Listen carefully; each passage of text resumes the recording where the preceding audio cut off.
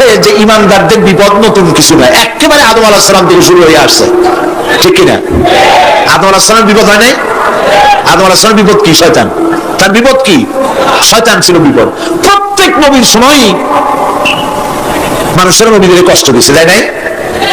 বিশ্বকবি ইকবাল বলেছেন, সতীজা কা রহা হ্যায় আজল সে কায়েম রোজ, सतीजा का रहा है अजल से कायम रोज, चरागे मुस्तफा भी से शरारे बुलहबीस।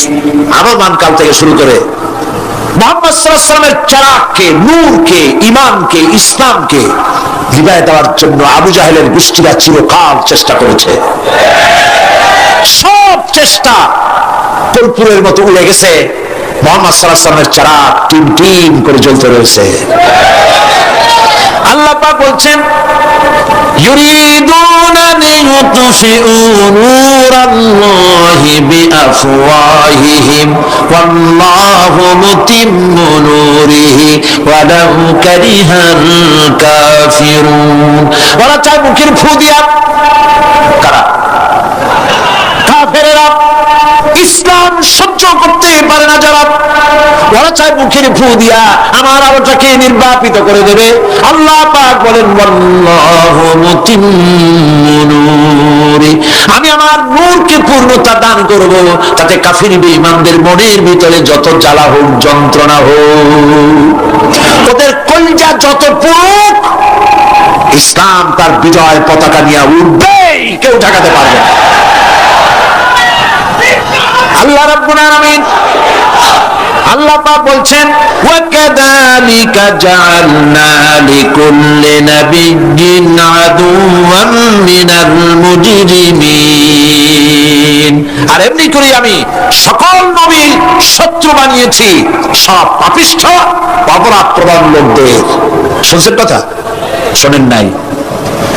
আল্লাহ পাক বলছেন, দুনিয়ার সব নবীদের তাদের জন্য আমি শত্রু বানাইছি। কাদেরকে? যা সবথেকে বেশি পাপিষ্ঠ অপরাধ প্রবণ। তারা হচ্ছে নবীর দুশমনেরা, সব নবীদের সাথে দুশমনি করেছে। আজও দেশের আলেমদের সাথে দুশমনি করে সবচাইতে বড় পাপিষ্ঠরা। এটা কোরআন। এটা কি? কোরআন। জোরে বলেন, এটা কি? আল্লাহ রাব্বুল আলামিন বলছেন, ওয়া কাযালিকা জাআলনা লিকুল্লি নাবিয়্যিন আদুওয়াম মিনাল মুজরিমিন। সব পাপীরা, পাপিষ্ঠরা আমার দ্বীনের দাওয়াত যারা দেয় তাদেরকে জীবনের দুশমন মনে করে। কেন? শোনেন, আমি কার ওয়াজ শোনাচ্ছি? কার ওয়াজ শোনাচ্ছি? আমার আল্লাহর ওয়াজ। অপরাধটা কি? নবীদের বিরুদ্ধে, নবীর ওয়ারিস ওয়ারাসাতুল আম্বিয়া কারা, তো তাদের বিরুদ্ধে তাদের অপরাধটা কি? তাদের অপরাধ সম্পর্কে আল্লাহ নিজে বলেন, ওয়া মা নাকামু মিনহুম ইল্লা আইয়ুমিনু বিল্লাহিল আজিজিল হামিদ। এদের বিরুদ্ধে অ্যাকশন নেওয়ার আর কোন অপরাধ ওদের নাই। ওদের একমাত্র অপরাধ, ওরা আল্লাহর জমিনে আল্লাহর আইন প্রতিষ্ঠা করতে চায়। এটাই হচ্ছে অপরাধ। এই অপরাধে নবীদের শাস্তি হয়েছে। নবীরা মার খেয়েছেন, সাহাবায়ে কেরাম মার খেয়েছেন। আমরা তো সাহাবায়ে কেরামের জুতার ধুলার সমান নই, সুতরাং এগুলি আমাদের পাওনা। এই রক্তের বিনিময়, জীবনের বিনিময় আল্লাহ পাক তার দ্বীনকে প্রতিষ্ঠা করবেন ইনশাআল্লাহ। আল্লাহ তিনি আমাকে সৃষ্টি করেছেন, তিনি আমাকে রাস্তা দেখান।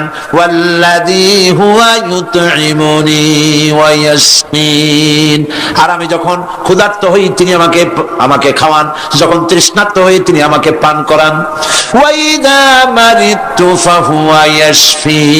আর যখন আমি অসুস্থ হই, রোগাক্রান্ত হই, আল্লাহ রাব্বুল আলামিন তখন আমাকে রোগ মুক্ত করে দেন। সুবহানাল্লাহ। আমার রসূল বলেন, কে রোগ মুক্ত করেন? সুতরাং দীর্ঘস্থায়ী কোনো রোগ হয়েছে, মুমিন হতাশ হবে না। মুমিন হতাশ হবে না। হতাশ হয় কেবলমাত্র কাফের। হতাশ হয় কে? মুমিন কখনো হতাশ হয় না।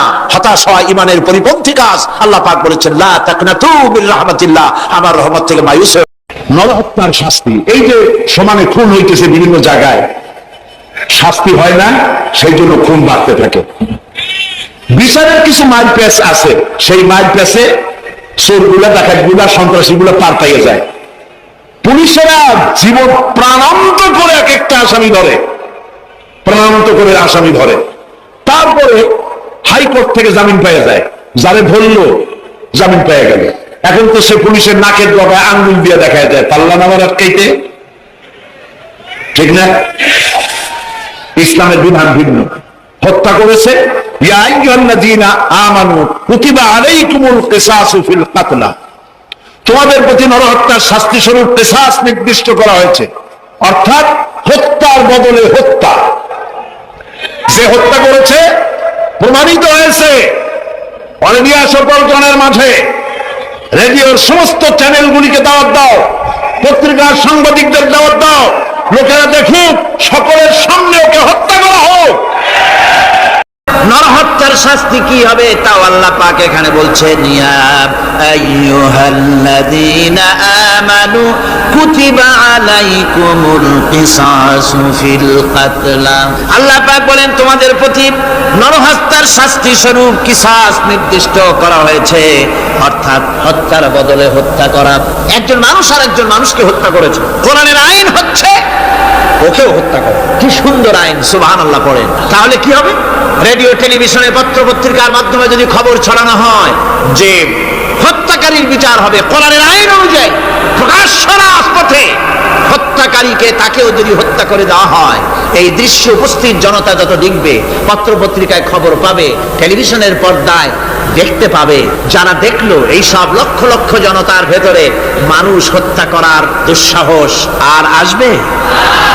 আল্লাহ পাক বলছেন এটা হচ্ছে মানুষের কিসাস, এর মধ্যে রয়েছে মানুষের জীবন। এরপরে নরহত্যার শাস্তি আল্লাহ পাক এভাবে কোরআনে কারীমের মধ্যে বললেন। এবং কিয়ামতের দিন আল্লাহ সর্বপ্রথম হত্যার বিচার করবেন। কাবিল আর হাবিলের বিচার দিয়া রক্তের বিচার শুরু হবে সর্বপ্রথম। সুতরাং হত্যা করা সন্ত্রাসবাদীদেরকে আপনারা ধরিয়ে দেবেন। একটি মানুষ হত্যা করলো না, সেজন্য বিশ্বের সমগ্র মানব গোষ্ঠীকে হত্যা করলো। একটা মানুষ হত্যা করার অপরাধ হচ্ছে বিশ্বের সব মানুষ হত্যা করার সমান। ওয়ামান আহিয়াহা, আর কেউ যদি একটি মানুষকে বেঁচে থাকার সুযোগ করে দিল, ফাকান্নামা আহিয়ান নাসা জামিয়া, সেজন্য সারা পৃথিবীর মানুষগুলিকে বেঁচে থাকার জন্য সুযোগ করে দিল। যারা মানুষ হত্যা করে তাদের শাস্তি কি? আল্লাহ তাআলা বলছেন, ইন্নামা জাযাউল্লাযীনা ইউহারিবুনাল্লাহা ওয়া রাসূলাহু ওয়া ইয়াসআউনা ফিল আরদি ফাসাদান, যারা আল্লাহর এই জমিনে বিপর্যয় সৃষ্টি করতে চায়, সন্ত্রাস সৃষ্টি করতে চায়, তাদের জন্য 4 প্রকার শাস্তি। কয় প্রকার শাস্তি? কে বলতেছে? যারা বোমা মারে, যারা গ্রেনেড হামলা করে, যারা মানুষ হত্যা করে, যারা শান্তিপূর্ণ সমাজের উপরে সমাজকে বিশৃঙ্খলা সৃষ্টি করতে চায়, আল্লাহ তাআলা তাদের জন্য 4 প্রকারের শাস্তি নির্ধারণ করেছেন। আইয়ুকাত্তালু, তাদেরকে হত্যা করো, আও ইউসাল্লাবু, অথবা তাদেরকে শুল দণ্ডে দিয়ে দাও, আও তুকাত্তা আইদিয়াহুম ওয়া আরজুলিহিম, অথবা তাদের ডান হাত আর বাম হাত উল্টা কেটে দাও। হয় প্রথমে ডান, পরে বাম পা, বাম হাত ডান পা, একটার উল্টা আর একটা কাটো। চতুর্থ, আও ইয়ানফাউ মিনাল আরদ, অথবা দেশ থেকে বহিষ্কার করে দাও। সুতরাং আজকে যারা সন্ত্রাসী তৎপরতা চালাচ্ছে, তাদের সাথে ইসলামের কোনো সম্পর্ক নাই। পত্রিকার মাধ্যমে এক শ্রেণীর, সাংবাদিকতার মাধ্যমে এক শ্রেণীর ধর্মনিরপেক্ষ রাজনীতিবিদরা এই সমস্ত সন্ত্রাসের দোষ আলেমদের মাথায় উঠায় দিতে চেয়েছিল। আল্লাহ আমাদের রক্ষা করেছেন, আলহামদুলিল্লাহ। বাংলাদেশের সমস্ত মসজিদ, মাদ্রাসার ইমাম, শিক্ষক, আলেম, ওলামা, পীর, বুজুর্গ সব ময়দানে নেমে পড়ে প্রতিবাদ জানিয়েছে, ইসলামের সাথে এর কোনো সম্পর্ক নাই, সম্পর্ক থাকতে পারে না। বিদায় হজে শুনতেছেন, নবী করিম সাল্লাল্লাহু আলাইহি ওয়াসাল্লাম বক্তব্য রাখছেন। বিদায় হজে নবী করিম সাল্লাল্লাহু আলাইহি ওয়াসাল্লাম বললেন, ও সাহাবীরা, আজকের কোন দিন? তারা বললেন, আজকে 9 জিলহজ, ইয়াউমে আরাফা। এটা কি মাস? তারা বললেন, জিলহিজ্জা, এটা জিলহজ মাস। যে ঘর তোমরা তওয়াফ করে, এই ঘরটা কার? সাহাবীরা বললেন, এটা আল্লাহর ঘর। নবী করিম সাল্লাল্লাহু আলাইহি ওয়াসাল্লাম বললেন, আজকের দিন, আরাফাতের দিন যেমন পবিত্র, আজকের মাস যেমন পবিত্র, আল্লাহর ঘর যেমন পবিত্র, তোমাদের একের রক্ত আরেকজনের কাছে সেই রকম পবিত্র। সুবহানাল্লাহ বলেন। রাসূলুল্লাহ বলছেন, একটি মানুষ হত্যা করা কত বড় অপরাধ শোনো। গোটা বিশ্ব ধ্বংস হয়ে যাওয়া আল্লাহর কাছে সহজ, একটা মানুষ হত্যা করা এর থেকে বেশি কঠিন আল্লাহর কাছে। তারা হচ্ছে পৃথিবীর সমস্ত সৃষ্টি জগতের মধ্যে নিকৃষ্ট হচ্ছে তারা যারা কাফের, যারা আল্লাহকে অস্বীকার করেছে। দেখুন কোরআন শরীফে আল্লাহ পাক এক জায়গায় বলেছেন, ওয়ালাকাদ জারা'না লি জাহান্নামা কাসীরাম মিনাল জিন্নি ওয়াল ইনস, আমি মানুষ এবং জিনেদের মধ্যে এক শ্রেণীর মানুষ আর জিনকে তৈরি করেছি জাহান্নামের জন্য। জাহান্নামের জন্য তারা তৈরি হয়েছে। কারা? লাহুম কুলুবুন লা ইয়াফকাহুনা বিহা, যাদেরকে অন্তঃকরণ দিয়েছি, এই অন্তঃকরণ দিয়ে সব বুঝলো, এই বিবেক দিয়ে সব বুঝলো, কিন্তু আমারে বুঝলো না, আমার সৃষ্টি বুঝলো না। ওয়ালাহুম আয়ুনুন লা ইউবসিরুনা বিহা, তাদের চোখ দিছি কিন্তু চোখ দিয়ে সব দেখলো, আমার সৃষ্টি দেখে আমাকে চিনলো না। তাদের কান দিলাম, এই কান দিয়া সব শুনলো, কিন্তু মজলুম দুর্বলের ফরিয়াদ তাদের কানের মধ্যে ঢুকলো না। উলাইকা কাল আনআম, আল্লাহ পাক বলেন এগুলি হলো চতুষ্পদ। কি কোন আপনারা বলেন কি? জানোয়ার। কে বলতেছেন? আপনারা কি রাগ করতেছেন নাকি? আর রাগ করলে হবেটা কি? সৃষ্টি যিনি করেছেন, এই পদবাচ্যে বিশেষিত বিবেচিত করেছেন সেই আল্লাহ। আল্লাহ পাক কি বলছেন? বিবেক দিলাম, আমাকে চিনলে না। চোখ দিলাম, আমার সৃষ্টি দেখে আমাকে উপলব্ধি করলে না, হেদায়েত পেলে না। কান দিলাম, হক শুনলে না। উলাইকা কাল আনআম, মালিক চেনো নাই, কাজী তুমি হচ্ছ চতুষ্পদ জানোয়ারের মতো। এ পর্যন্ত বললে না হয় হতো, কিন্তু আল্লাহ আরো একটু আগায় গেলেন। আল্লাহ পাক সামনে গিয়ে বললেন, বালহুম আদাল, জানোয়ারের চাইতে নিকৃষ্ট। আমি এটা বুঝি নাই, জানোয়ারের চাইতে নিকৃষ্ট আল্লাহ কইলেন কেন? পরে অনেক চিন্তা করে বুঝে আসলো। আল্লাহ পাক বলেছেন, বুঝতে চেষ্টা করতে চাইলে আল্লাহ পাক বোঝার ব্যবস্থা করে দেন। সুবহানাল্লাহ। তো এটা কেন জানোয়ারের মতো হইল কেন? পরে চিন্তা করে দেখলাম যে বিষয়টা হচ্ছে মালিককে চেনা নিয়ে, আল্লাহকে চেনা নিয়ে। পশুতে কিন্তু মালিক চেনে, পশুতে মালিক চেনে। যেমন আপনারা বাড়িতে যদি কেউ কুকুর পোষেন, কুকুর পোষেন অনেকে, এই কুকুর পোষেন কেন? কুকুর পুষেছেন চোর ডাকাত যাতে বাড়িতে হামলা না করতে পারে, সেজন্য কুকুর পুষেছেন। গভীর রাত্রে মানুষের পায়ের আওয়াজ পাওয়ার সাথে সাথে কুকুর তার ভাষায় বিরাট গর্জন করে ওঠে, ঠিক কিনা? তার ভাষায় সে বলে, সে বলতে থাকে, তার ভাষায় সে বলে, থাম, স্টপ, পরিচয় দে তুমি কে। এখন ওই লোকটা যদি মালিক হয়, বাড়ির মালিক, কুত্তার মালিক, তাহলে সে যখন বলে কুকুর একটা নাম রাখে, ডবলু বল্টু কিছু একটা রেখে দেয়, তো কুত্তার নাম ধরে কুত্তারে ডাক দিল, থাম। কুত্তা তখন বলছে, আমি তো ভুল করছি, এ তো আমার মালিক। কুত্তা তখন কাছে চলে যায়, গায়ে লেজ নাড়াইয়া গায়ে বুলাতে থাকে। লেজ নাড়ানো মানে কুত্তায় গ্রিন সিগন্যাল দিয়ে দিছে, আপনি যাইতে পারেন, আপনার কোনো অসুবিধা নেই বাড়িতে ঢোকার ব্যাপারে। তাহলে দেখা গেল কুত্তায় মালিক চেনে। কুত্তা কি করে? আবার যদি চোর আর ডাকাত আসে, তাহলে কুকুর ঘেউ করে ওঠার সঙ্গে সঙ্গে চোর বা ডাকাত আওয়াজ তো করতে পারবে না, তার মালিক জেগে উঠবে। দৌড়াতে গেলে আর উপায় নাই, কুত্তা আবার এখন আর লেজ নাড়বে না, চাম করে পড়বে এবং কামড়ায় ধরবে তার ঠ্যাং অথবা ঘাড়, ঠিক কিনা? তাহলে বোঝা গেল কুত্তায় শত্রুও চেনে, মালিকও চেনে। কিন্তু এক শ্রেণীর নাস্তিক, তথাকথিত এক শ্রেণীর বুদ্ধিজীবী যারা আল্লাহকে অস্বীকার করেছে, সব বুদ্ধিজীবী খারাপ তা না, কিছু বুদ্ধিজীবী তো নিশ্চয়ই ভালো, ঠিক কিনা বলেন? কিন্তু এক শ্রেণীর আছে যারা আল্লাহরে চেনে নাই, ওরা কিন্তু বাড়ির ওই গৃহপালিত ওই পশুর চাইতেও নিকৃষ্ট। বালহুম আদাল, জানোয়ারের চাইতেও নিকৃষ্ট। মালিককে চিনতে হবে।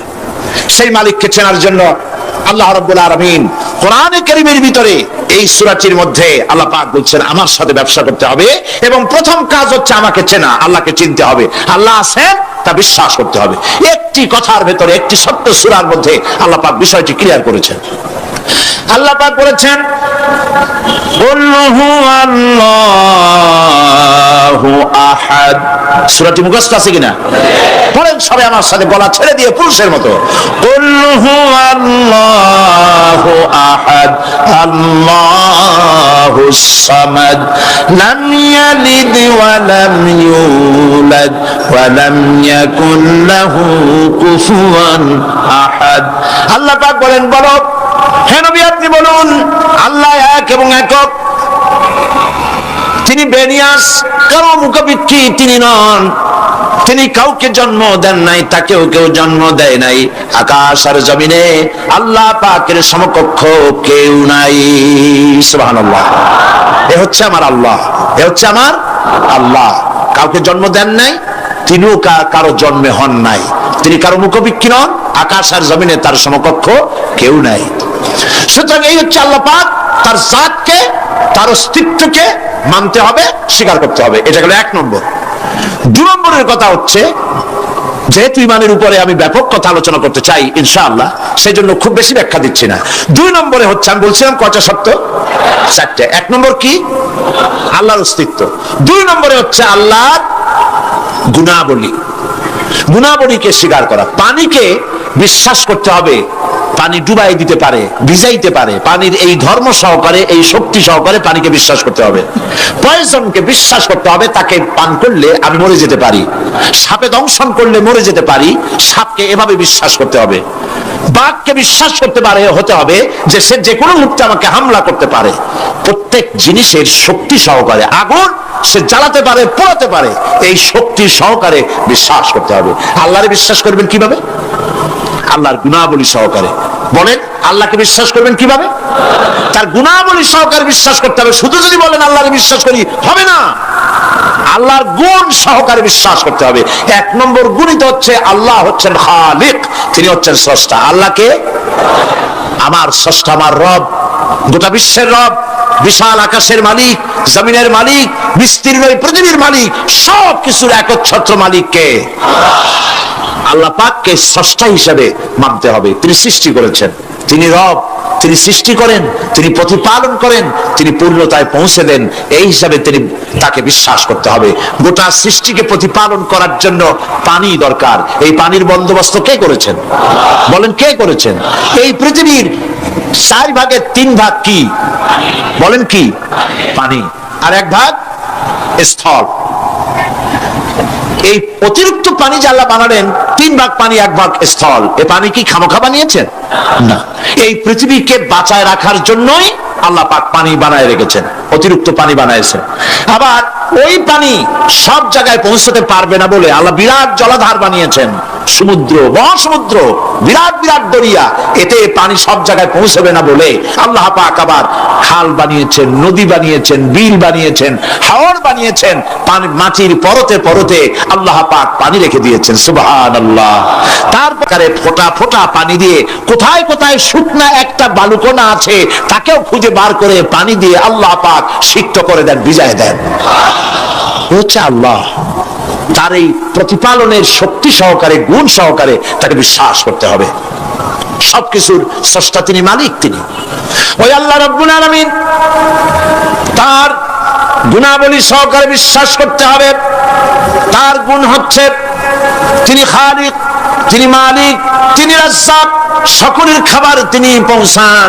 কারো খাবার তিনি, পৃথিবীতে যত প্রাণী তৈরি করেছেন সকলের খাবারও তিনি তৈরি করে দিয়েছেন। আল্লাহ পাক বলেছেন, ওয়া মা মিন দাব্বাতিন ফিল আরদি ইল্লা আলাল্লাহি রিজকুহা। পৃথিবীর ভিতরে এমন কোন প্রাণী নাই, এমন কোন জীব নাই যার রিজকের দায়িত্ব আমি আল্লাহ গ্রহণ করি নাই। সুবহানাল্লাহ। সকল প্রাণী জগতের খাবার কে তৈরি করেছেন? খাবার পৌঁছাচ্ছেন কে? একটা দৃষ্টান্ত দেই, যেহেতু আজকে এই বিষয় আমি বলবো না, একটা দৃষ্টান্ত দেই বোঝার জন্য। আপনারা মুরগির ডিম দেখছেন নিশ্চয়ই, অন্যান্য পাখির ডিমও দেখেছেন। এই ডিমের ভিতর থেকে বাচ্চা হয় ডিমের কোন অংশ দিয়ে? ভেতরের কুসুমটা দিয়েই কি হয় বলে? বাচ্চা হয়। বাচ্চা যখন ডিমের ভিতরে হলো, তখন তার প্রাণ আসছে।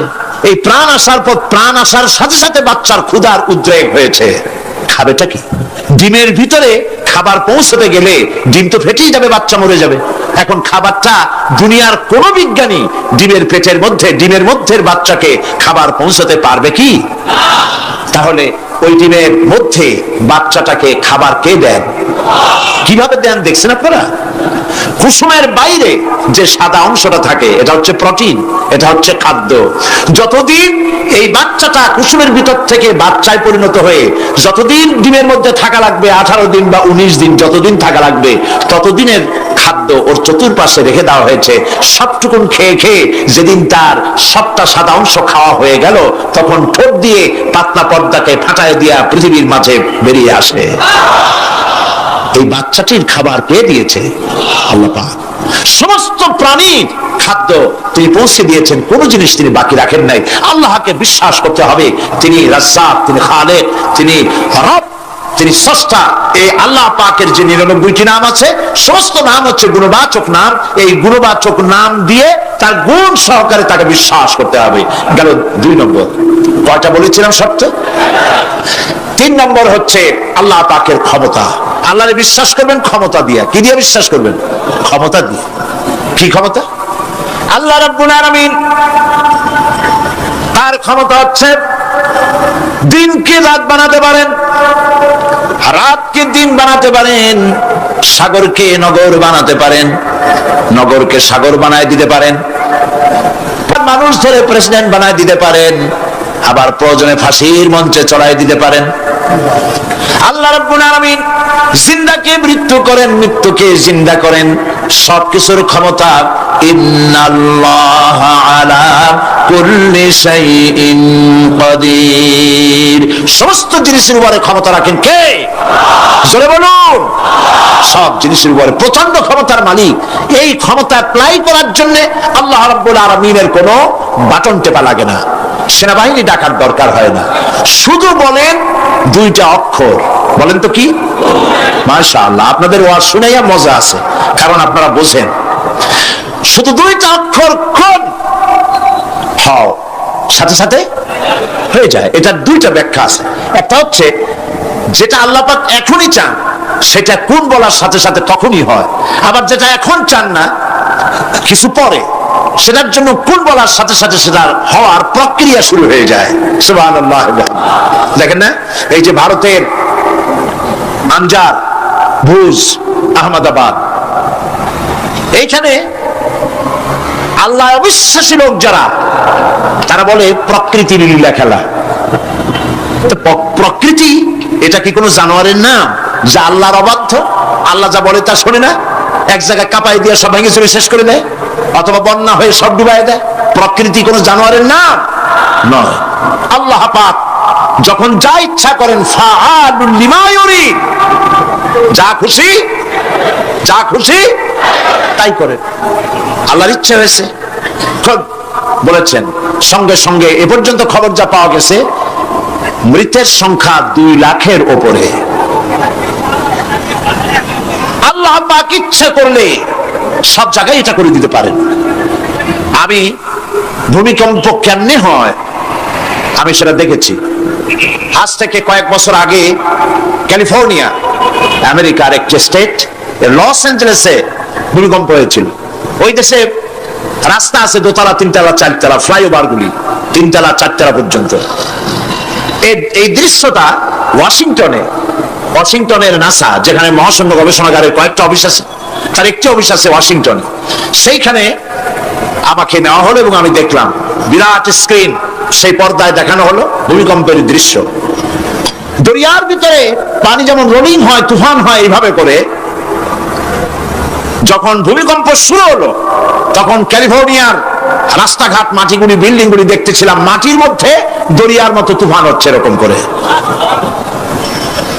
পাটিসাপটা পিঠা আপনারা দেখেছেন, বা ডিমের মামলেট দেখেছেন। এটা যেমন জড়ায়, 2 তলা 3 তলা রাস্তাগুলি একটার পর একটা পেঁচাইয়া দুমড়ে মুচড়ে মুহূর্তের ভিতরে, 1 মিনিট তো নয়, কয়েক সেকেন্ডের ভিতরে সব শেষ হয়ে গেল, লন্ডভন্ড হয়ে গেল। এইখানে কোনোদিন মানুষের বসতি ছিল বলে তার কোনো প্রমাণ নাই। কিন্তু দুর্ভাগ্যজনক সত্য, এই মানুষ এগুলি চোখে দেখে, তারপরেও বিশ্বাস করতে পারে না। কপাল পোড়া। এগুলো কি? কপাল পোড়া, বিশ্বাস করতে পারে না। ক্ষমতায় যে যখন থাকে, তখন চতুর্দিকে অন্ধকার দেখে, মনে করে যে এ ক্ষমতা আর আমার হাত থেকে যাবে না, যা খুশি তাই করব। কিন্তু তোমাকে নিয়ন্ত্রণ করার আরেকজন আছেন, আছেন কিনা? সেজন্য আল্লাহ পাক বলেছেন, ওয়ামুদ্দুহুম ফি তুগয়ানিহিম ইয়ামাহুন। আমি যারা সীমা লঙ্ঘন করে আমি ঢিল দেই, একশোটে ধরি না, ঢিল দেই, দেখি কদ্দূর পারো। এই জন্য তো ফেরাউন বেঁচে ছিল 950 বছর। কোন কোন কিতাবে লেখা আছে 950 বছর হায়াত পেয়েছিল, জানি না কত বছর পাইছিল। 950 বছরের ভেতরে একদিন তার সর্দি হয় নাই। ও যেন বলতে না পারে যে যদি আমার অসুখ বিসুখ হইতো তাও তো আমি আল্লাহ তোমারে ডাকতাম। মানে মুনাফিক, কাফের, বেঈমান, অহংকারী। আল্লাহ সুযোগ দেন, পাপিষ্ঠকে সুযোগ দিয়ে দেন। এই কথা যেন বলতে না পারে যে আল্লাহ আর যদি 6টা মাস সময় পাইতাম তাহলে আমি ভালো হয়ে যেতাম। এরকমও সুযোগ দেওয়া হয় না। ঠিক আছে, করতে থাকো, দেখি কত দূর পারো। তারপরে যখন সীমা লঙ্ঘন করে করে একদম প্রান্তে এসে যায়, তখন দড়ির অপর প্রান্ত কার কাছে? কার কাছে? ঘুড়ি যত উপরেই ওড়ে, ঘুড়ির লাটায় ওর পেছনে একটা সুতা আছে, সেই সুতাটা আরেকজনের হাতে, ঠিক না? ঘুড়ি যতই মনে করুক যে আমি পাল্লা দিয়ে মঙ্গল গ্রহে যাব, যেখানে ঘুরি সেখানে যাব, ঘুড়ির এই অহংকার মিশে বেশি দূরে যেতে পারবে না, যেহেতু তোমার পেছনে একটা দড়ি আছে, সেই দড়িটা আরেকজনের হাতে। এই দড়িতে যখন টান দেওয়া হবে, কাছে ফিরে আসতে হবে, যেখান থেকে উৎপত্তি সেখানেই ফিরে আসতে হবে। সুতরাং আল্লাহ পাকের এই প্রচন্ড ক্ষমতাকে বিশ্বাস করতে হবে যে তিনি বিরাট ক্ষমতার মালিক। ফকিরকে আমির বানান, আমিরকে ফকির বানান, আবার প্রয়োজনে ইচ্ছে করলে পথের লোক ধরে কেউ চেনে না কেউ শোনে না আল্লাহ পাক ধরে নিয়ে বাদশা বানান, আবার যখন আল্লাহ নারাজ হন তখন ফাঁসিতে ঝুলায় দেন। পারেন কিনা? পারেন কিনা? প্রচন্ড ক্ষমতার মালিক তিনি।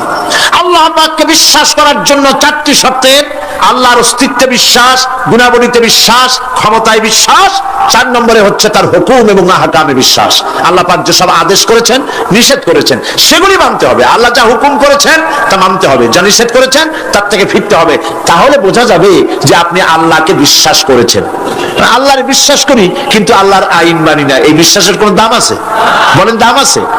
আল্লাহকে বিশ্বাস করি অথচ ইসলামকে বলি মৌলবাদ। ইসলামের কাজ যারা করে তাদেরকে বলি মৌলবাদী। আর যাই হোক, এগুলো মুসলমান না, এগুলি মুনাফিক। এগুলি কি? এই জন্য আল্লাহ পাক বলছেন জাহান্নামের কঠিন শাস্তি থেকে বাঁচার জন্য আমার সাথে ব্যবসা করো। কার সাথে? এই ব্যবসার মধ্যে 3টা পুঁজি: তুমিনুনা বিল্লাহি ওয়া রাসূলিহি ওয়া তুজাহিদুনা ফি সাবিলিল্লাহি বিআমওয়ালিকুম ওয়া আনফুসিকুম যালিকুম খায়রুল লাকুম ইন কুনতুম তা'লামুন। আমার সাথে ব্যবসা করো। সেই ব্যবসার পুঁজি হলো 3টি। পুঁজি কয়টা বলেছি? কয়টা? একটাও এখনো শেষ হয়নি। প্রথমে বলেছিলাম আল্লাহর প্রতি ঈমান, 2 নম্বরে রাসূলের প্রতি ঈমান, 3 নম্বরে এখনই ভুলে গেলেন? জোরে বলেন কি? এখন আল্লাহর প্রতি ঈমান আনলে পরে উপকার কি কি কি উপকার হয় সেটা শোনার দরকার কিনা? ফায়দা ছাড়া তো মানুষ কাজ করে না, ফায়দা হইতে হবে। 1 নম্বরের ফায়দা, আল্লাহর উপর ঈমান আনলে মুখস্থ করেন, কাগজ কলম থাকলে লিখে নেন, আর না হয় মনে মনে মনে রেখে দেন, মেমোরিতে ধরে রাখেন। আল্লাহর উপরে ঈমান আনার 1 নম্বরের লাভ হচ্ছে আত্মমর্যাদার সৃষ্টি হয়। যারা আল্লাহর উপর ঈমান আনে তাদের আত্মমর্যাদার সৃষ্টি হয়, পার্সোনালিটি, শখসিয়ত তৈরি হয়। এমন শখসিয়ত হয়, শখসিয়ত মানে কি? পার্সোনালিটি। পার্সোনালিটি মানে কি? ব্যক্তিত্ব। ব্যক্তিত্ব তৈরি হয়। সে কোনো পাগল শ্রেণীর লোক হয় না, তার চলায়, তার বলায়, তার ওঠায় ব্যক্তিত্বের ছাপ ফুটে ওঠে। এই ব্যক্তিত্বের পরিস্ফুটনের কথা বিশ্বকবি বলেছেন। কে বিশ্বকবি? আল্লামা ইকবাল রহমতুল্লাহ আলাইহি। আল্লামা ইকবাল রহমতুল্লাহ আলাইহি তিনি বলছেন, खुदी को कर इतना बुलंद, खुदी को कर इतना बुलंद कि हर तकदीर लिखने के पहले खुदा पूछे बंदे को बता तेरी रज़ा क्या है। নিজের ব্যক্তিত্বের পরিস্ফুটন এভাবে গড়ে তোলো, পার্সোনালিটি, শখসিয়ত এভাবে তৈরি করো যাতে আল্লাহ পাক তোমার তকদির লেখার সময় তোমারে জিজ্ঞেস করে, বান্দা তুই বল তোর তকদিরটা আমি কিভাবে লিখবো। সুবহানাল্লাহ বলেন। এটাই হচ্ছে ঈমানের প্রথম কথা। ঈমান জানে তার মধ্যে মর্যাদার সৃষ্টি হয়, সে কোনো কিছুকে ভয় পায় না, আত্মমর্যাদা আসে। কারণ ঈমান আনার আগে, খুব খেয়াল করুন, ঈমান আনার আগ পর্যন্ত সে ভয় করত সাপকে, তাই সাপকে পূজা করত। সে ভয় পেত পাথরকে, তাই পাথর পূজা করত। সে ভয় পেত সূর্যকে, তাই সূর্যকে পূজা করত। সে ভয় পেত পানিকে, তাই পানি পূজা করত। ভয় পেত আগুনকে, তাই আগুনকে পূজা করত। ভয় পেত বিরাট গাছ, ওইটারই পূজা করত। যেটা বড় ওইটারই পূজা করত। কিন্তু ওর জানা নাই এর থেকে বড় এগুলি সৃষ্টি, এর থেকে যিনি সৃষ্টি করেছেন, সৃষ্টির শক্তি বেশি না স্রষ্টার শক্তি বেশি? তো পাগলের মতো এগুলোর সামনে মাথা নত করো কেন? এই জন্যে ঈমান আনার আগে তার মধ্যে ব্যক্তিত্ব ছিল না। যেখানে যা দেখেছে মাথা নত করেছে, পূজা করেছে, অর্চনা করেছে। কিন্তু কোরআন তাকে শোনায়েছে, ইন্নাল্লাযীনা তাদউনা মিন দুনিল্লাহি ইবাদুন আমসালুকুম। আল্লাহ পাক বলেন, আমাকে বাদ দিয়ে এরা যেই সব জিনিসের পূজা করে, মাথা নত করে এবং ওদের কাছে শক্তি আছে বলে মনে করে, তোমাদের জেনে রাখা উচিত ওরা তোমার মতো আমার গোলাম।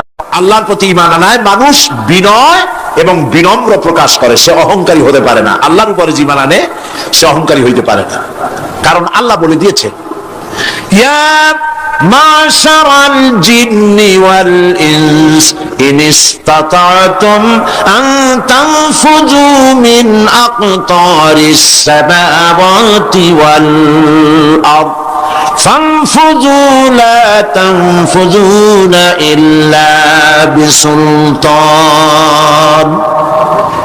যারা অহংকারী, যারা স্বৈরাচারী, যারা জালিম, আল্লাহ পাক তাদেরকে বলছেন, এ পৃথিবীর মানুষেরা, জেনেরা, যদি সম্ভব করতে পারো, আমার আইন ভালো লাগে না, আমার ইসলাম পছন্দ হয় না, আমার আলেম ভালো লাগে না, আমার কোরআন ভালো লাগে না, অবস্থা যদি এমনটি হয়, বেরিয়ে যাও, বেরিয়ে যাও।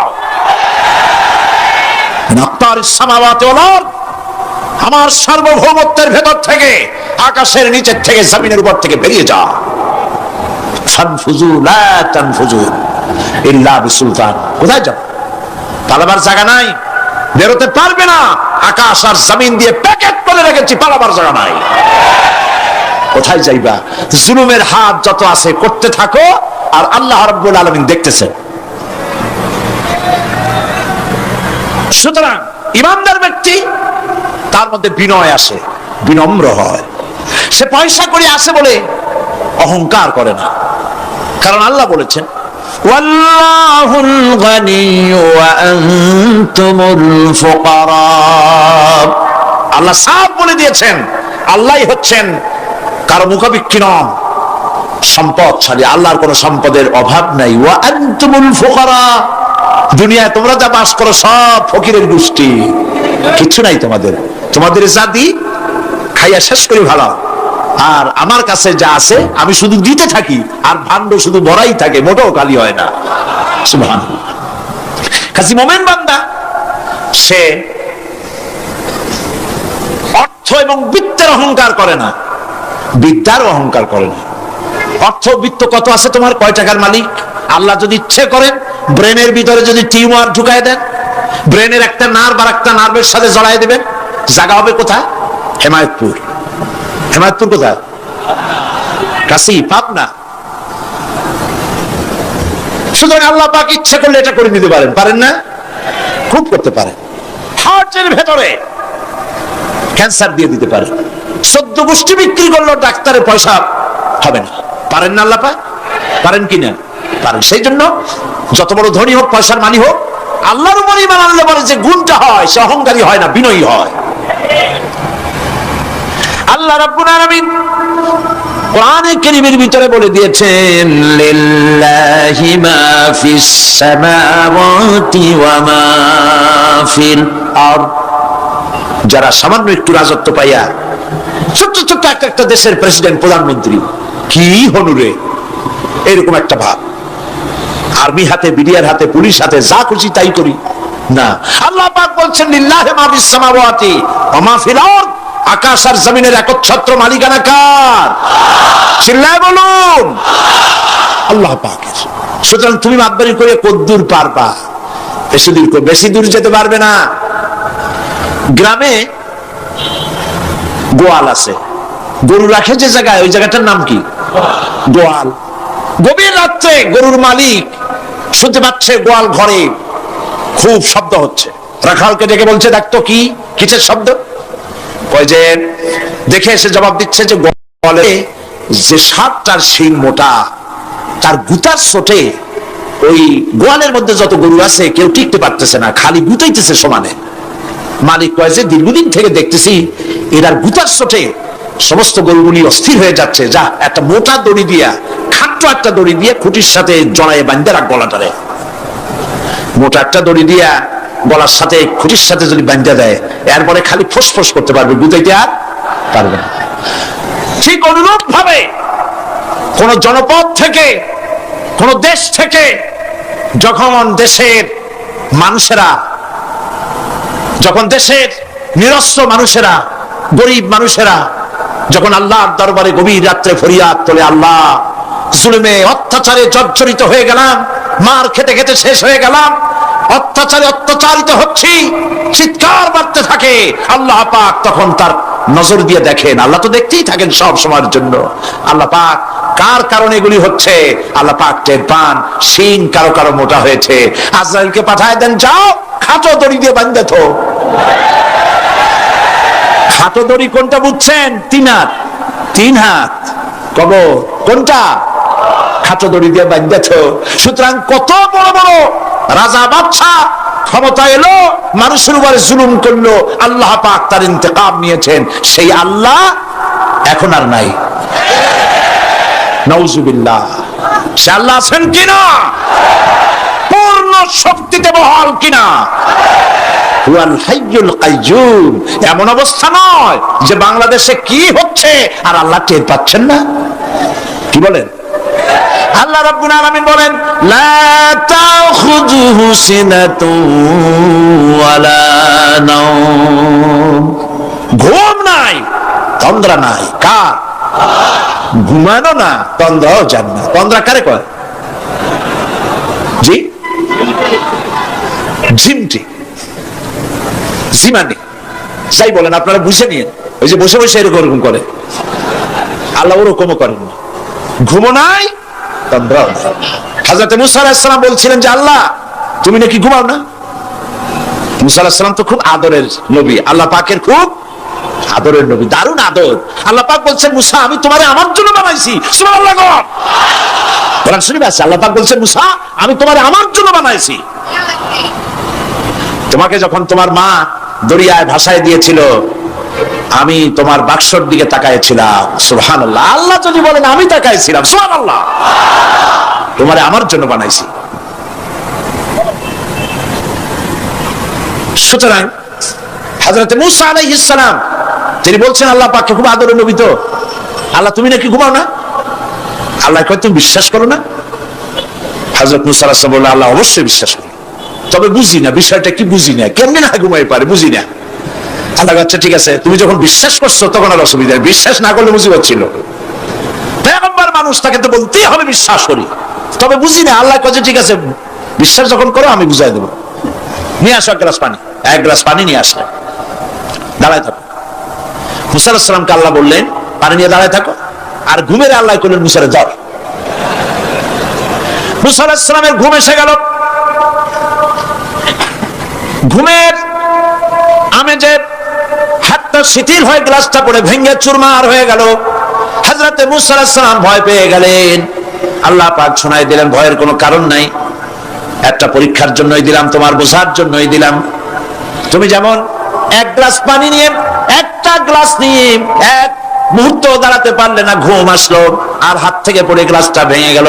মুসারে তুমি বুঝে নাও, তুমি জেনে রাখো, তাম সৃষ্টি জগৎ তোমার আল্লাহ, আল্লাহ রব্বুল আলামিনের হাতের মুঠার মধ্যে রয়েছে। আল্লাহ রব্বুল আলামিন যদি ঘুমায় যান, এই পৃথিবীর আকাশ এবং জমিনের সব ট্রাফিক কন্ট্রোল আল্লাহ পাক নিজেই করেন। যদি তিনি ঘুমায় যান, সব শেষ হয়ে যান। বাংলাদেশে কি হচ্ছে? পৃথিবীর কোথায় কি হচ্ছে তা আল্লাহ দেখছেন না? চিল্লায় বলো, দেখছেন না? সে আল্লাহ রাব্বুল আলামিন তিনি পরিষ্কার করে বলছেন, যারা নাকি মুমিন বান্দা তারা অহংকারী হয় না, ক্ষমতায় থাকুক ক্ষমতায় না থাকুক কোন অবস্থাতেই অহংকারী হতে পারে না। আল্লাহ পাক শোনায় দিয়েছেন যারা অহংকার করে তাদেরকে পরিষ্কার করে বলেছেন, ওয়ালা তামশি ফিল আরদি মারহান ইন্নাকা লান তাখরিকাল আরদা ওয়া লান তাবলুগাল জিবালা তুলা ওয়ালা তামশি ফিল আরদি মারহান, খবরদার আমার জমিনের উপরে অহংকারের পদে বড় হেঁটো না। দেখছেন না কত আছে অহংকার করে হাঁটে, জমিনের উপরে জুতা পাই দিয়ে মচ মচ করে হাঁটতে থাকে।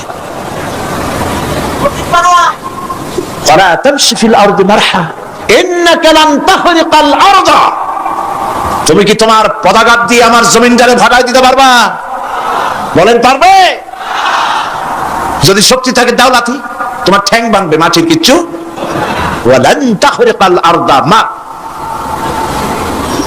তুমি আমার এই জমিনটাকে ধসাই দিতে পারবে না। আল্লাহ রাব্বুল আলামিন আবার বলেন, ওয়া ইবাদুর রাহমানিল্লাযীনা ইয়ামশুনা আলাল আরদি হাওনা, আল্লাহর বান্দা যারা, সত্যিকারের বান্দা যারা, তারা দুনিয়ার বুকে বিনয়ের সাথে হাঁটে, মাথা নিচু করে বিনয়ের সাথে হাঁটে। সুবহানাল্লাহ আলহামদুলিল্লাহ। তুই আল্লাহর প্রতি ঈমানের সবথেকে বড় লাভ হচ্ছে আত্মমর্যাদা সম্পন্ন বানায়। ঈমান তাকে বিনয় এবং বিনম্র বানায়, অহংকারী বানায় না। আর অহংকার করে তুমি যাবা কই? কদ্দুর ক্ষমতা তোমার? আল্লাহ কোরআন শরীফের বহু আয়াত দিয়ে এই কথাগুলি বলেছেন। আর এটা গেল 2। 3 নম্বরে আল্লাহর উপরে ঈমান আনার, আমি কি বলতেছি বলেন তো দেখি, ফায়দা।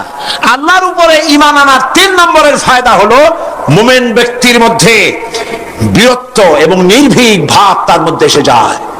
সে নিজে মুজাহিদ, সে বীর, সে কাপুরুষ নয়। সুবহানাল্লাহ। আল্লাহর উপর ঈমানের কারণে বীরত্ব এবং নির্ভীকতার প্রশিক্ষণ তার মধ্যে তৈরি হয়ে যায়।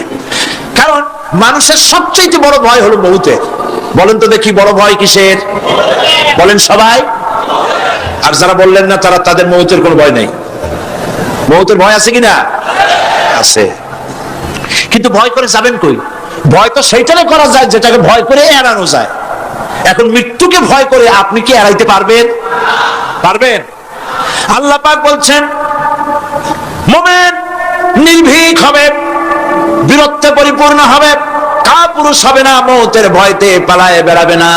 আল্লাহ পাক বলছেন, কুল ইন্নাল মাউতাল্লাযীনা তাফিররুনা মিনহু ফাইন্নাহু মুলাকীকুম, মরণ থেকে পালাও তুমি, মরণ তোমায় লইবে ঘিরি, যদিও সুদূর আকাশ পানে, লুকাও সেথায় লাগিয়ে সিঁড়ি।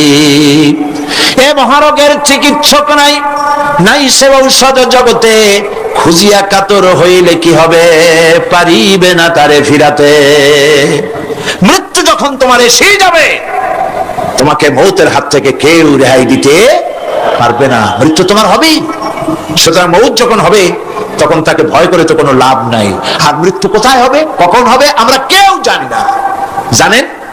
ওমা তাদরি নাফসুম বিআইয়ি আরদিন তামুত, কোন মাঠে কোন ময়দানে কখন মৌত হবে কারো জানা নাই।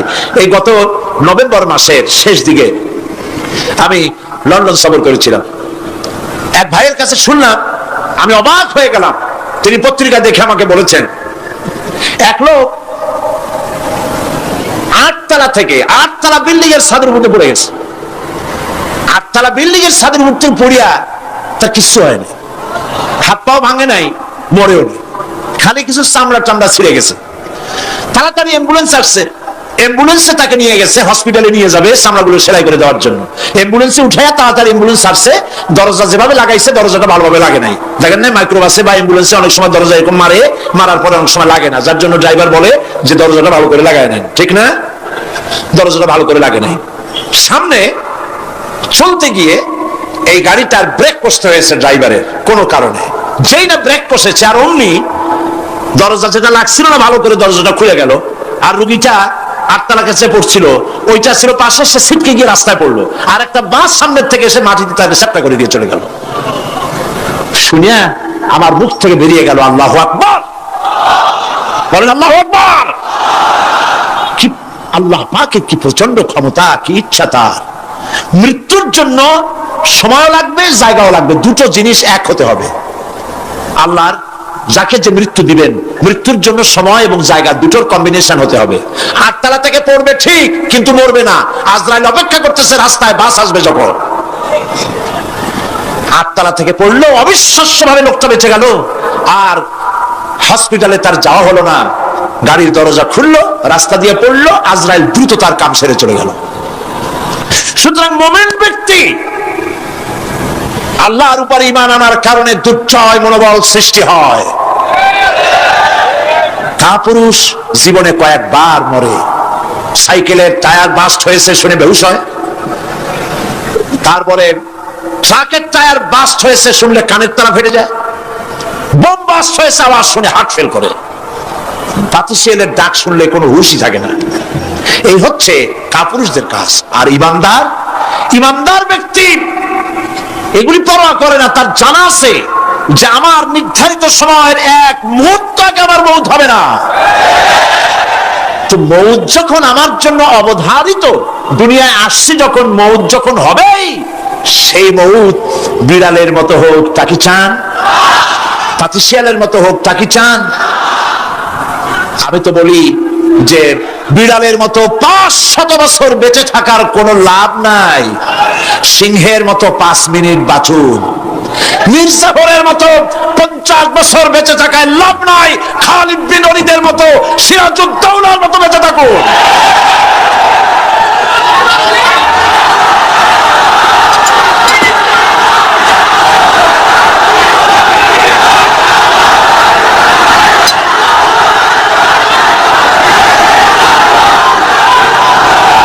বসেন, আপনারা যদি দাঁড়ায় যান তাহলে আমি করবো কি? বসেন বসেন। সেই জন্য এই ক্ষণস্থায়ী জীবনকে কেন সেই অনন্ত সুখময় জীবনের জন্য উৎসর্গ করে দেব না, যা আল্লাহর কাছে পাওয়া যাবে কিয়ামতের দিন। দেখেন, মৃত্যু হওয়া উচিত মুসলমানদের, শাহাদাতের মৌত হওয়া উচিত। কি মৌত হওয়া উচিত? আল্লাহকে আজকে প্রাণ খুলে বলি, আল্লাহ জীবন তো নিবাই, সুতরাং জীবন যখন নিবা, মৌতটা শাহাদাতের মৌত তুমি আমাদের দান করে দিও। কাপুরুষের মতো মরতে চাই না, শাহাদাতের মৌত চাই। সুবহানাল্লাহ বলেন, আমিন বলেন। মুমিন ব্যক্তি তার বড় ফায়দা, সে সাহসী হয়। সুবহানাল্লাহ বলেন। দেখেন, বুখারী শরীফের হাদিস, যুদ্ধের জন্য, বদরের যুদ্ধ, রাসূল সাল্লাল্লাহু আলাইহি ওয়াসাল্লাম সৈন্যদেরকে রিক্রুট করছেন, কিন্তু কথা বলতে গিয়ে রাসূল করিম সাল্লাল্লাহু আলাইহি ওয়াসাল্লাম দাওয়াত দিচ্ছেন, কিন্তু মনে মনে চিন্তাও করছেন যে সামান্য কিছু লোক, অস্ত্রপাতি কম, এই জিহাদের অবস্থাটা তারা কিভাবে নেবে। একজন যুবক সাহাবী দাঁড়ায় গেলেন, তার নাম মিকদাদ রাদিয়াল্লাহু তাআলা আনহু। যুবক, এই পৃথিবীতে যুবকদের ইসলামের সবচাইতে অবদান কাদের? চিল্লায় বলো। যুবকদের অবদান সবচাইতে বেশি। হযরত মিকদাদ রাদিয়াল্লাহু তাআলা আনহু তিনি দাঁড়ায় গেলেন, তিনি বললেন, ইমদি বিনা ইয়া রাসূলুল্লাহ হাইসুমা তাশা। হাদিস, হে রাসূল, আপনি আমাদেরকে নিয়ে চলুন। কত সৈন্য তারা আসতেছে, কত অস্ত্র নিয়ে আসতেছে, এটা আমাদের ভাববার বিষয় নয়। আপনি আমাদের নিয়ে চলুন, হাইসুমা তাশা, আয় হাইসুমা আমারাকাল্লাহ, আল্লাহ আপনাকে যেদিকে আমাদের নিয়ে যাইতে কয় আপনি সেই দিকে আমাদের নিয়ে চলুন।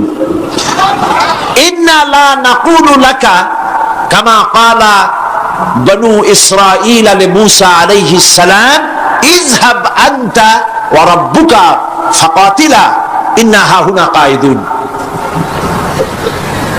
অর্থাৎ, হে রাসূল, আমরা বনী ইসরাঈলের মতো বলবো না।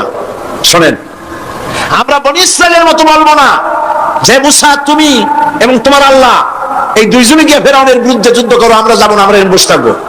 এই কথা আমরা বলবো না। আমরা মুসা আলাইহিস সালামের উম্মত নই, আমরা মুহাম্মদ সাল্লাল্লাহু আলাইহি ওয়াসাল্লামের উম্মত। বরং আমরা বলবো বাল ইযহাব আনতা ওয়া রাব্বুকা ফাকাতিলা ইন্না মাকুমা মুকাতিলুন, বরং আমরা বলবো আপনি চলুন,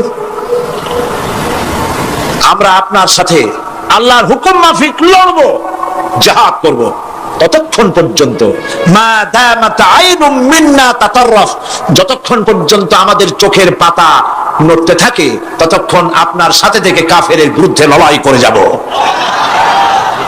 জীবনের পরোয়া তারা করেন নাই, জীবনের পরোয়া করেননি। হুজুর সাল্লাল্লাহু আলাইহি ওয়াসাল্লাম দারুণ ভাবে খুশি হয়ে গেলেন। হুজুর হেজিটেট ফিল করছিলেন যে এই সামান্য কিছু লোক, অস্ত্র নাই, পাতি নাই, এতগুলি লোকের বিরুদ্ধে যুদ্ধ করতে যাবে। যুবকের মুখে এই কথা শুনে হুজুর দারুণ খুশি হলেন। আল্লাহর নবী বললেন, কুমু বিনা ইলা জান্নাতিন, জান্নাতুন আরদুহা কারদিস সামাওয়াতি ওয়াল আরদ। ও সাহাবীরা, তোমাদের মনোভাব যখন এই, তোমাদের মানসিকতা যখন এই, চলো আমার সাথে বেহেশতের দিকে, সেই জান্নাতের দিকে যেই জান্নাত আল্লাহর আকাশ আর জমিনের চাইতে অনেক প্রশস্ত। চলো আমার সাথে বেহেশতে, সুবহানাল্লাহ, চলো আমার সাথে জান্নাতে। ফাকামা উমাইর বিন হামাম ওয়া কানা ইয়াকুলু আত-তামার। হযরত উমাইর নামক একজন যুবক দাঁড়ায় গেলেন এবং তিনি হাতে কতগুলি খরমা ছিল, সেই খরমাগুলি তিনি চিবোচ্ছিলেন। রাসূলুল্লাহর বক্তৃতা শুনতেছিলেন আর খরমা চাবাচ্ছিলেন। খরমা চাবা, বিচিগুলি ফেলে দেন, এভাবে করতেছেন, হাতে কতগুলো খরমা। হযরতে উমাইর বলছেন, আকালা বাখ বাখ, অর্থাৎ আয় আযমাহু আয় আহসানাহু, হে রাসূল আপনি কি সুন্দর কথা বললেন। আপনার সাথে লড়াই করতে যাব কাফেরদের বিরুদ্ধে, সেই লড়াই করলে এমন বেহেশত পাবো যে বেহেশত হবে আকাশ আর জমিনের চাইতেও প্রশস্ত। তাহলে ওয়াল্লাহি হাত্তা আকুলাহুন্না ইন্নাহা লাহায়াতুন তাবিলা, তাহলে আমার হাতে যে খরমাগুলি আছে এই সমস্ত খরমাগুলি খেতে গেলে কিন্তু অনেক সময় লেগে যাবে। এত সময় বেহেশতে যাওয়ার জন্য আমি তো তর সহ্য করতে পারবো না। ফারামাবিহিন্না, হাতের সব খরমা ভালাই দিলেন, যুদ্ধে ঝাঁপায় পড়লেন। অনেকক্ষণ কাফেরদের বিরুদ্ধে লড়াই করে হযরত উমাইর শাহাদাত বরণ করলেন। রাসূলুল্লাহ তার লাশের কাছে গিয়ে আঙ্গুল দিয়ে ইশারা করে বললেন, ইন্নাকা মিন আহলিহা, উমাইর তুমি যেই বেহেশতে যাওয়ার জন্য খরমাগুলি খাওয়ার সময় পাচ্ছিলে না, তাড়াতাড়ি করে খরমাগুলি হাত দিয়ে ফেলে দিয়েছিলে, আমি আল্লাহর রাসূল আমি সাক্ষী দিচ্ছি অবশ্যই আল্লাহর সেই জান্নাত তোমার জন্য অবধারিত। মুমিন ব্যক্তি সে কখনো মৃত্যুর ভয়ে উদ্দেশ্য হাসিল থেকে চুপ করে বসে থাকে না। সে ভয় করে কেবলমাত্র কাকে? সে মৃত্যুর ভয়, মৃত্যু হবেই এবং আমার জন্য বিশ্বাস রাখতে হবে। আমার জন্য যদি কোনো বুলেট এর উপরে আমার নাম লেখা থাকে, পৃথিবীর সমস্ত মানুষ আমাকে পাহারা দিয়ে সেই বুলেট থেকে আমাকে রক্ষা করতে পারবে না। আর যদি কোনো বুলেটে আমার নাম লেখা না থাকে, সারা পৃথিবীর সমস্ত মানুষ বৃষ্টির মতো গুলি বর্ষণ করলেও একটি গুলিও আমাকে বিদ্ধ করতে পারবে না। এটার নাম হলো ঈমান। এটার নাম কি? এই ঈমান পেলাম কোথায়? কোথায় পেলাম? কোরআন শরীফে। কোথায় পেয়েছে?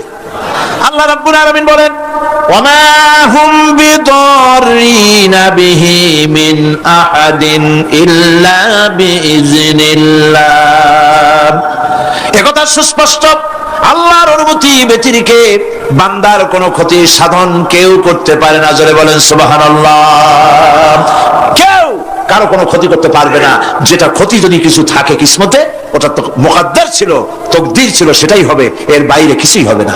সুতরাং মুমিন ব্যক্তি সে সাহসী হবে, সে কখনো চিন্তা করবে না মৃত্যুর ভয়ের। উদ্দেশ্য হাসিলের জন্য হয় শরীরের পতন, না হয় মন্ত্রের সাধন, ডু অর ডাই, সে আল্লাহর জন্য তার জীবন দিতে প্রস্তুত থাকবে। কারণ আল্লাহ রাব্বুল আলামিন বলেছেন, ইন্নাল্লাহা আশতারা মিনাল মুমিনিনা আনফুসাহুম ওয়া আমওয়ালাহুম বিআন্না লাহুমুল জান্নাহ।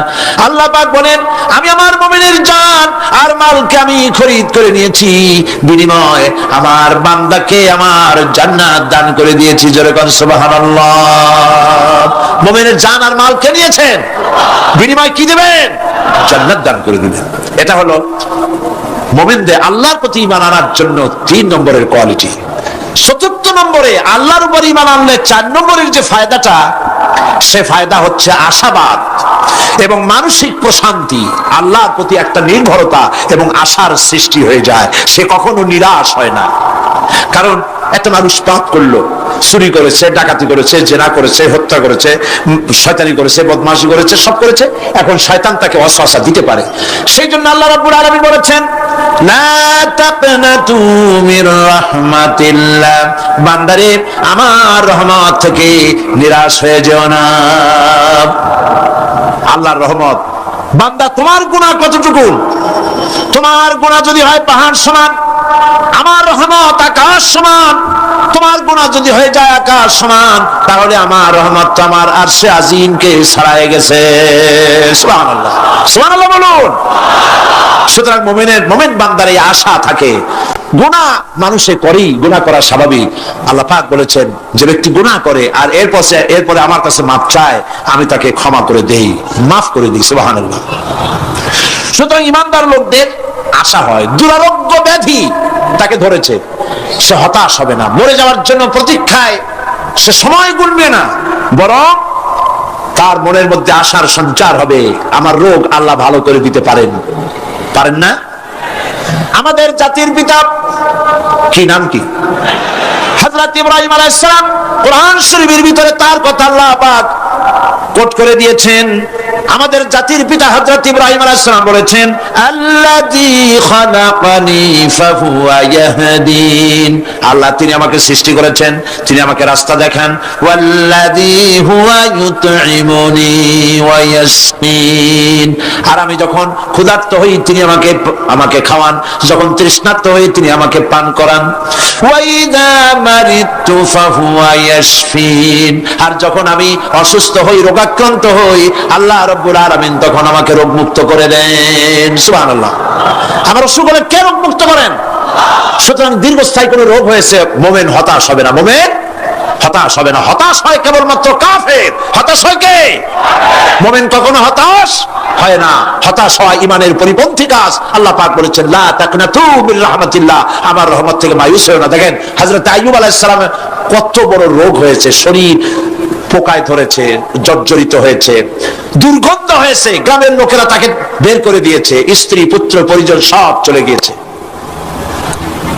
এমনকি জিহ্বায় যখন পোকা ধরল, হযরত আইয়ুব আলাইহিস সালাম আল্লাহ রাব্বুল আলামিনের দরবারে ফরিয়াদ করলেন, আন্নী মাসসানিয়াদ-দুররু ওয়া আনতা আরহামুর রাহিমিন, আয় আল্লাহ আমি অসুস্থ হয়ে পড়েছি, আমি রোগাক্রান্ত হয়েছি, আর তোমার নাম রহমান রহিম, তুমি আমাকে রোগ মুক্ত করো। হযরত আইয়ুব আলাইহিস সালাম আল্লাহর দরবারে ফরিয়াদ করলেন, রব্বুল আলামিন সারা শরীরে পোকায় জর্জরিত হয়ে গেছে, এখন আমার জিহ্বায় পোকা ধরেছে, মাবুদ গো আমি তোমার কাছে ফরিয়াদ করি, আমার জিহ্বায় পোকা দিও না, কারণ জিহ্বাটাও যদি নষ্ট হয়ে যায় তাহলে তোমার মতো আল্লাহর জিকির আমি কি দিয়া করব। হযরত আইয়ুব আলাইহিস সালাম আল্লাহ পাকের কাছে যখন এ ধরনের ফরিয়াদ জানালেন, রব্বুল আলামিন তাকে তার রোগ মুক্ত করে দিলেন, তার স্ত্রী পুত্র সব আল্লাহ রব্বুল আলামিন ফিরাইয়া দিলেন। সুবহানাল্লাহ। সুতরাং মুমিন ব্যক্তি, কোরআন শরীফে সব আছে, কোরআনের মতো শ্রেষ্ঠ ওয়াজের কিতাব পৃথিবীতে আর শুধু বোঝার দরকার। বিপদে যত বড় বিপদ আসুক, কোন বিপদে মুমিন ধৈর্য হারাবে না। হযরত ইয়াকুব আলাইহিস সালামের ছেলে ইউসুফ আলাইহিস সালামকে যখন তিনি হারায় ফেললেন, তিনি অধৈর্য হয়ে গেছিলেন নাকি? অধৈর্য হন নাই। কারণ আমি আমার বক্তৃতার সূচনায় বলেছি, আমরা কল্যাণ বুঝি না, অকল্যাণ বুঝি না। কোন বিপদ আসতে পরে আমরা হয়রান হয়ে যাই, কিন্তু বিপদের মধ্যে কল্যাণ আছে আমরা তা বুঝতে পারি না। কথা বুঝে আসছে? হযরত ইউসুফ আলাইহিস সালামকে কুয়ার ভিতরে ফেলে দেওয়া হলো। 11 ভাই মনে করেছে কুয়ার ভিতরে ফেলে দিয়া ইউসুফ আলাইহিস সালামকে মেরে ফেললাম, কিন্তু তারা বোঝে নাই আসল কামটা কি হয়েছে। এটা তো কুয়া নয়, এটা একটা টানেল, এটা একটা সুড়ঙ্গ। একদিকে কেনান হলো তার এক মুখ, ওই সুড়ঙ্গের এক মুখ হলো কেনানের। কেনান ইউসুফ আলাইহিস সালামকে ফেলে দেওয়া হলো কুয়ার ভিতরে মারার জন্য। কিন্তু আল্লাহ পাকের ইচ্ছা ইউসুফ আলাইহিস সালাম মরবে না। এই টানেলের অপর প্রান্ত মিশরের সিংহাসনের টানেলের এপার দিয়া ইউসুফ আলাইহিস সালামকে ঢুকালেন, অপর প্রান্তে মিশরের সিংহাসনে ইউসুফকে আল্লাহ বসায়া দিলেন। হযরত ইয়াকুব ছেলের জন্য অধৈর্য হলেন না। যখন তিনি খবর পেলেন ছেলে বাঘে খেয়ে ফেলেছে, তিনি তখন বলেছেন ফাসাবরুন জামিলুন আসাল্লাহু আইয়াতিয়ানি বিহিম জামিআ ইন্নাহু হুয়াল আলিমুল হাকীম। ফাসাবরুন জামিল, আমি উত্তম ভাবে ধৈর্য ধারণ করলাম এবং আমি বিশ্বাস করি আল্লাহ রাব্বুল আলামিন আমার হারানো সবকিছু আমাকে ফিরিয়ে দিবেন। বহু বছর পর যখন হযরত ইউসুফ আলাইহিস সালাম প্রেসিডেন্ট হয়েছেন মিশরের, 11 ভাই গেল সেখানে সাহায্য আনার জন্য। সেই ঘটনা তো শোনাবো না, এমনি বলে যাচ্ছি। এরপরে তিনি তাদেরকে পরিচয় দিলেন, ওরা ভয় পেয়ে গেল। তিনি বললেন ভয়ের কোনো কারণ নাই, লা তাসরিবা আলাইকুমুল ইয়াউম, আজকে আমি কোনো প্রতিশোধ তোমাদের নেব না। সুবহানাল্লাহ। এর নাম পয়গম্বর, এর নাম কি? আল্লাহর নবী। আমি আজকে কোনো প্রতিশোধ তোমাদের নেব না, তোমরা যাও। পিতার অবস্থা তিনি জানলেন, কাঁদতে কাঁদতে পিতার চোখ দুটো নষ্ট হয়ে গেছে। ইয়াকুব আলাইহিস সালাম, হযরত ইউসুফ আলাইহিস সালাম বললেন যাও। নিজের জামাটা খুললেন, গায়ের জামা খুলে বললেন ভাইরা আমার এই জামা নিয়ে যাও, আর আমার আব্বার চোখের উপরে এই জামাটা রেখে দিও। ছেলেরা যখন হযরত ইউসুফ আলাইহিস সালামের জামা নিয়ে মিশর থেকে রওনা করেছে, গল্প নয়, উপন্যাস নয়, আল্লাহ পাক এই কোরআন শরীফের সূরা ইউসুফে বলেছেন জামা নিয়ে মিশর থেকে রওনা করেছেন। কোথায় মিশর আর কোথায় কেনান? কেনানে বসে হযরত ইয়াকুব আলাইহিস সালাম বলছেন তোমরা যদি আমাকে মতিভ্রম পাগল যদি মনে না করো তাহলে একটা কথা বলি, আমার নাকে এখন আমি ইউসুফের গন্ধ পেতেছি। তোমরা যদি আমাকে মতিভ্রম না করো তাহলে আমি বলি আমি কিন্তু ইউসুফের গন্ধ পেতেছি। সুবহানাল্লাহ। হযরত ইউসুফ আলাইহিস সালামের জামা এনে ভাইরা যখন হযরত ইউসুফের চোখের উপরে রেখে দিলেন, হযরত ইয়াকুবে দুটো চোখ সাথে সাথে আল্লাহ ভালো করে দিলেন। ফাসাবরুন জামিল, ধৈর্য ধরো। ইমানদার ব্যক্তি আশার উপরে তার জীবন বাঁচে, কারণ যত বড় বিপদ আসুক না কেন আশ্রয় পাওয়ার একটা জায়গা আছে, তার নাম হলো আল্লাহ। নাম কি? বলেন আল্লাহ। সবাই বলেন আল্লাহ আল্লাহ আল্লাহ আল্লাহ। হযরত ইউনূস আলাইহিস সালাম মাছটাকে গিলে ফেলে দিল, মাছটাকে গিলে মাটির অতল তলদেশে চলে গেছে। এত বড় বিপদ পৃথিবীর কোন মানুষের হতে পারে নাকি? বলেন কি বলেন? মাছের পেটের ভিতরে জানালা নাই, দরজা নাই, বেরোবার কোনো পথ নাই, মাছ গেছে পানির অতল তলদেশ। আল্লাহ পাক কোরআন শরীফের ভিতরে মানুষকে শোনান, আল্লাহ ওয়াজ করছেন। সুবহানাল্লাহ বলেন। আল্লাহ পৃথিবীর মানুষকে ওয়াজ করছেন, দুনিয়ার মানুষকে শোনান। আমার ইউনূস তো ধৈর্য হারা হয় নাই। ওয়াজান্নুন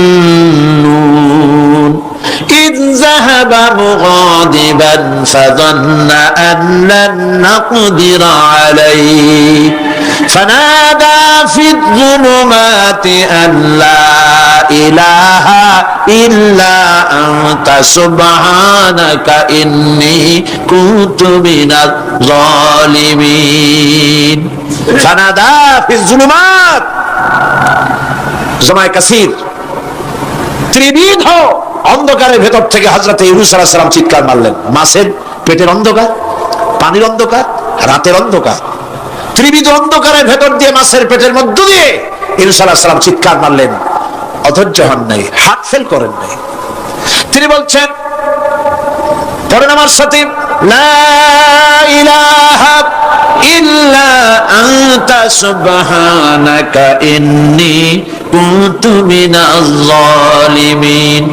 তুমি ছাড়া কোনো ইলাহ নাই, কোনো বস্য নাই, মাবুদ নাই, তোমার পবিত্রতা ঘোষণা করছি, আমি জালিমদের অন্তর্ভুক্ত হয়ে গেছি। ইউনূস আলাইহিস সালাম যখন কাঁদতেছিলেন আল্লাহ রাব্বুল আলামিন সেই কান্না শুনেছিলেন কিনা? বলেন শুনছিলেন কিনা? শুনতে পেয়েছিলেন কিনা? পানির ভিতরে কেউ শুনে নাই, মাছের পেটের ভিতরে ইউনূস আলাইহিস সালাম কিভাবে চিৎকার করছেন, মাছের পেটের ভিতরের আওয়াজ পানির ভিতরে কেউ শুনে নাই। জমিনের কেউ শোনে নাই, অন্তরিক্ষে কেউ শোনে নাই, সাত আকাশের ভিতরে কেউ শোনে নাই, কিন্তু আরশে আজিমের মালিক আল্লাহ রব্বুল আলামিন শুনতে পেয়েছেন। সঙ্গে সঙ্গে রব্বুল আলামিন জবাব দিলেন, ফাস্তাজাবনা লাহু ওয়া নাজ্জাইনাহু মিনাল গাম্মি ওয়া কাযালিকা নুনজিল মুমিনিন। পড়েন, ফাস্তাজাবনা লাহু ওয়া নাজ্জাইনাহু মিনাল গাম্মি ওয়া কাযালিকা নুনজিল মুমিনিন। আমি ইউনূসের ডাকের জবাব দিলাম। কে বলতেছেন? বড় করে বলেন, কে বলছে? আল্লাহ। সুবহানাল্লাহ। আপনারা কি ভয় পাইছেন? ভয় পেয়েছে মুসলমান? আল্লাহ রাব্বুল আলামিন বলেন, আমি আমার ইউনূসের ডাকের জবাব দিলাম। শুধু জবাব দেই নাই, আমি ইউনূসকে তার মাছের পেটের ভিতর থেকে বাঁচাই দিলাম। মাছের পেটের মধ্যে বেদনা শুরু হয়ে গেল। এমন বেদনা হয়েছে মাছ এখন বমি না করে পারে না। কথা বুঝতে পেরেছ? মাছ এখন বমি না করে পারে না। পানির উপরে মাছ ভেসে উঠল। আল্লাহ কোরআন শরীফের ভিতরে বলছেন, মাছ সাতরায়া কিনারায় চলে গেল, ইউনূস আলাইহিস সালামকে বমি করে ফেলে দিল। ইউনূস আলাইহিস সালাম বেঁচে গেলেন। আল্লাহ পাক বলেন, শুধু ইউনূসকে বাঁচাইলাম না, বরং আমি সকলের জন্য আশার বাণী শোনাই, শোনো মুমিনেরা, ওয়া কাযালিকা নুনজিল মুমিনিন। মুমিন বান্দা যারা, যত বড় বিপদ আসুক আমারে ডাকো, আমি বিপদ দিয়ে বাঁচাই দেব। সুবহানাল্লাহ।